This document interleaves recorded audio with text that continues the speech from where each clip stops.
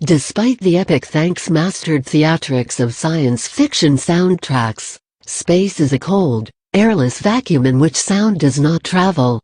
Nevertheless, celestial objects still produce their own sounds, which can sometimes be heard within their own atmospheres or with special instruments. Just as a star's or planet's physical composition can reveal much information about its history, so too can the sounds that they emit.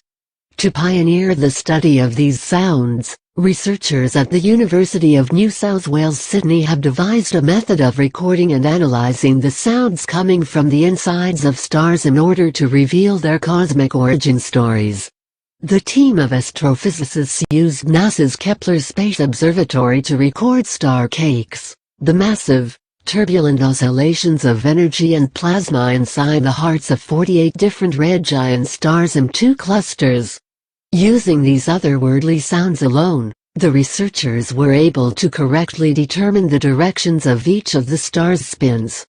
According to UNT Sydney's Dennis Stello, this approach could open up completely new avenues of sound-based astronomical research, just as seismologists use earthquakes to understand the interior of our planet. We use star cakes to understand the interior of stars. Our new study provides the first evidence that this approach is a powerful way to gain insights into processes that occurred billions of years ago, close to the beginning of the universe. The authors of this research, published in Nature Astronomy, claim that the spins of close to 70% of the stars studied in each cluster were closely aligned, meaning that they likely preserved some of their initial directions and momentum after the violent celestial explosions which created them. It's remarkable that the imprint of these initial conditions can still be seen billions of years later, by studying tiny oscillations in stars that are many light-years away. It's a mystifying thought. The songs of the stars are like the soundtrack of the very origin of the universe.